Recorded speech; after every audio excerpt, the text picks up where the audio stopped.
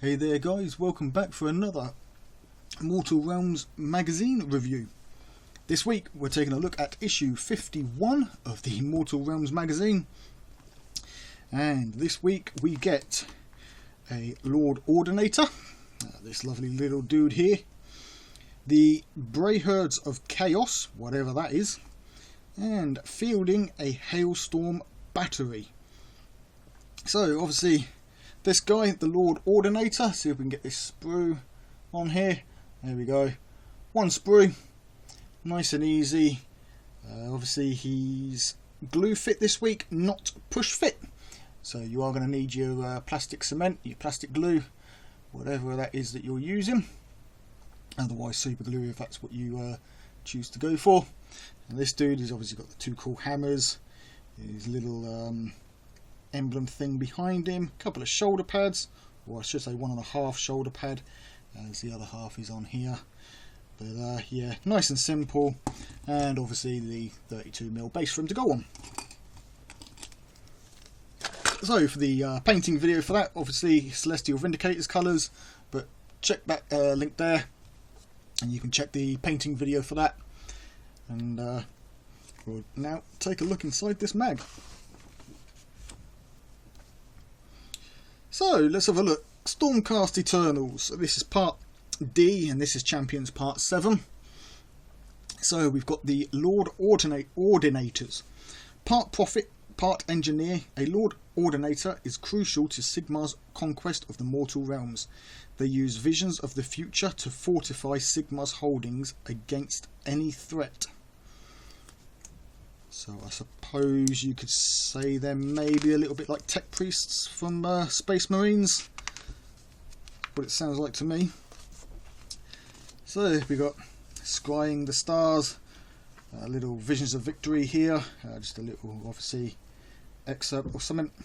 The stars do not lie. I have checked the heavens, compared prophecies and completed the sacred equations. All point to a terrible truth. An ancient terror has arisen, and it seeks to annihilate the township of Hobbs End. This cannot be allowed to pass. Should I fail, hundreds will die. The text of an ancient seer claimed that this threat is unknowable and undefeatable. But they were people of superstition. I am a man of science, and I am yet to find an evil too old or too terrible for my Celestar artillery. I have had the Dwarden in the township build new fortifications where the lines of magical energy converge. I have drilled the hand gunners and cannon crews, giving the best of them shells forged of blessed metal. I have polished my hammers. My scrying indicates that when the night next falls, our terror will finally show itself. When it does so, I will ensure it knows that Sigmar rules these lands now. Cool. Okay. So, having a look at this one, we've got Stormcast Eternals, a Hailstorm battery.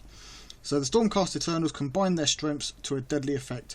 One legendary formation is the Hailstorm battery, an allied group of castigators and a Celestar ballista led by a Lord Ordinator. So yeah, they're tech priests. Even the most fearsome enemies cannot withstand the focused bombardment. So you'll get your Lord Ordinator and then his Celestar battalion, and then you'll get your castigators as support to that, and then obviously you can have other batteries, I'm assuming, or battalions, whatever you want to call them, another group. And then obviously we've got a little bit on, you know, combat role, battlefield position, best for the different units and that. Then we've got defending against the siege and Brayherds. So looking at these are the Beastmen of Old. So again, they've changed the name. Luckily I know these guys. So we've got Ungors. Ungors are used to scout ahead of the Brayherds as well as to craft their equipment. Each is vicious, cunning and filled with bitter hatred. Then we've got Gors. Gors are among the most common and most brutal members of the Brayherds. In battle, they fight with savage fury against any foe. And then Bestigors are the best Gors. The mightiest Gors rise to the rank of Bestigor. They take the best armour and weapons and form elite units of savage shock troops. Then we obviously got a nice photo here of a display piece of a decent looking Beastman army. Obviously Beasts of Chaos, the have great phrase, which are colossal tribes of Gorkin and other monsters. Then we got the how to build the Lord Ordinator, and obviously they're going through how to clip bits. So what they're doing here is showing you how to clip out the head, keep it on the sprue to hold it, and paint the head. Then you can clip it off, and then obviously glue it in at the end, which obviously makes great on how to paint faces. What I'll probably have done, obviously as I'm going through this, I haven't filmed the painting video yet, but what I'll probably do is this, and then that way I can get nice and close with the head and show you guys how to paint the head. And then obviously he's got a few other details on his robes, the textured stuff, so we may go through some of that. Then obviously we've got the how to paint your Lord Ordinator, and we've got all these different colours here. Now as far as I know, obviously if they're given them here, we've received all of these, and from what I can tell, these are all the paints needed to fully paint up the Stormcast. So what I may do is something similar to what I did with last week's video with the Broken Ruins. I'll probably, not with this guy, I may do it with just a later castigator, maybe on a issue where I just get the paint, or we get some castigators or something like that. Go through and paint him. I know it's obviously going to stick out from the army and I would have to repaint him, but I'll go through and paint him up in this colour scheme following this guide. And again, like the Ruins video, we'll see if we can get something close to the end result on here. So obviously we'll be using the techniques as described on these pages, and see what we can get, and see if we can end up with something similar to one of these. Obviously, like I say, not this guy, he's going to be a leader for my well, not a leader, but you know, a tech priest for my my army, my Vindicators. But I'll dig out a separate model from an older issue, one that I haven't painted up yet, and we'll have a go at that. Like I say, maybe the next paint issue. I think in 2 weeks time we've got a paint issue there, so we'll do that. Alright, moving on here, we've got the Lord Ordinator's War Scroll. So typical, you know, typical character. He's got 5 movement, 5 wounds, 9 bravery, and saves on a 4+. So obviously armour isn't great for him, saving on a 4+, instead of a 3+. But I don't think he is obviously a character, you know, like a oh no, he is a hero, so he does have the hero keyword. Wounds on a 3, saves on a 4, so his armour isn't too strong, not as strong as I thought it would have been for a hero. You know, I would have expected a 3+ save, not a 4+ save. And obviously he hits on a 4 and wounds on a 3 with the astral hammers there. And then obviously you've got a little bit on how to use him in battle. He's got this meteoric slam. So the Lord Ordinator is picked to attack, rolling 3 6s, a 4, a 2 and a 1. His attacks are then resolved, so obviously 4 hit. 2 missed, at least 2 6s were rolled, so after the Lord Ordinator's attacks are resolved, the Lord Ordinator deals an additional D3 mortal wounds to the Chain Rasp unit. So this is, in close combat, the Lord Ordinator has a chance to unleash a meteoric slam. If he rolls 2 or more 6s to hit, dealing bonus mortal wounds to... Right, so 2 or more 6s, and he gets to do an extra D3 damage, so that's not too bad. Alright, so... a war scroll for a battalion, and this is the Hailstorm battery. So obviously we can set a battery up using a unit of castigators, a Lord Ordinator and a Celestar Ballista, which obviously we've now received all three, or we've actually received 2 ballistas now, and then the castigators and the Ordinator. So you can re-roll failed hit rolls for attacks made by the Celestar Ballista from this battalion if the unit of castigators from the same battalion inflicted 1 or more wounds. Right, so castigators do damage, then the ballista can do a re-roll. Now it says failed hit rolls, not a failed hit roll.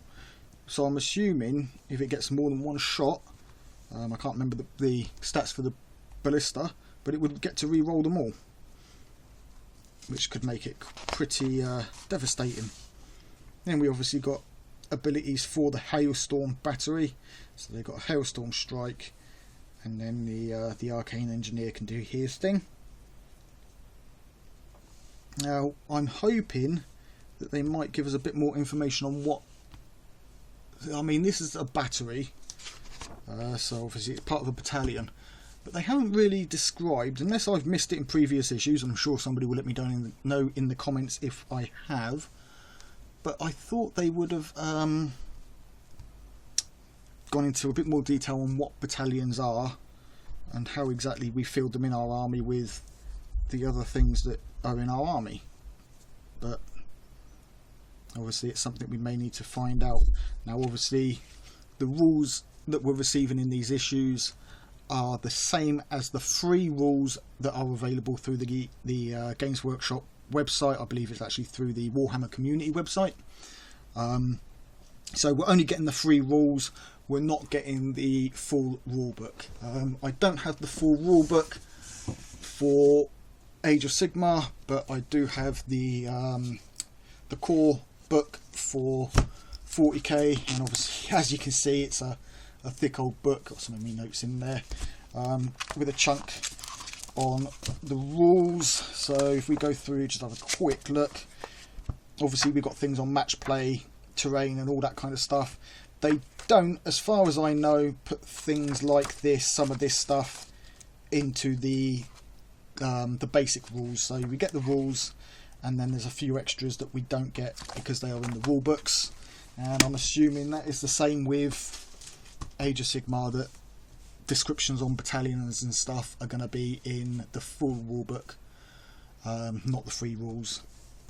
But hopefully they'll go into a bit more detail. I mean, we've got, at the time of this, 29 issues left, so hopefully we'll get something there. Alright, then obviously we've got the battle for this week, so it's a hold fast one, or at least it's called hold fast. As spirits rise across the Sigurn, the Stormcast Eternals risk being overrun.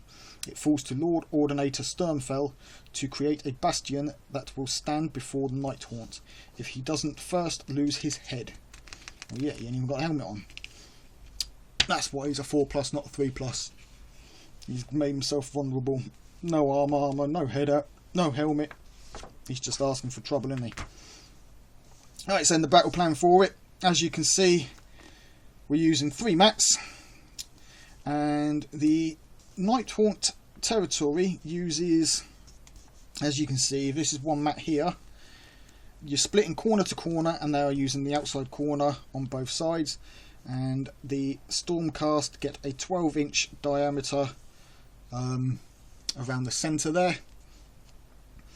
The objective is, before setting...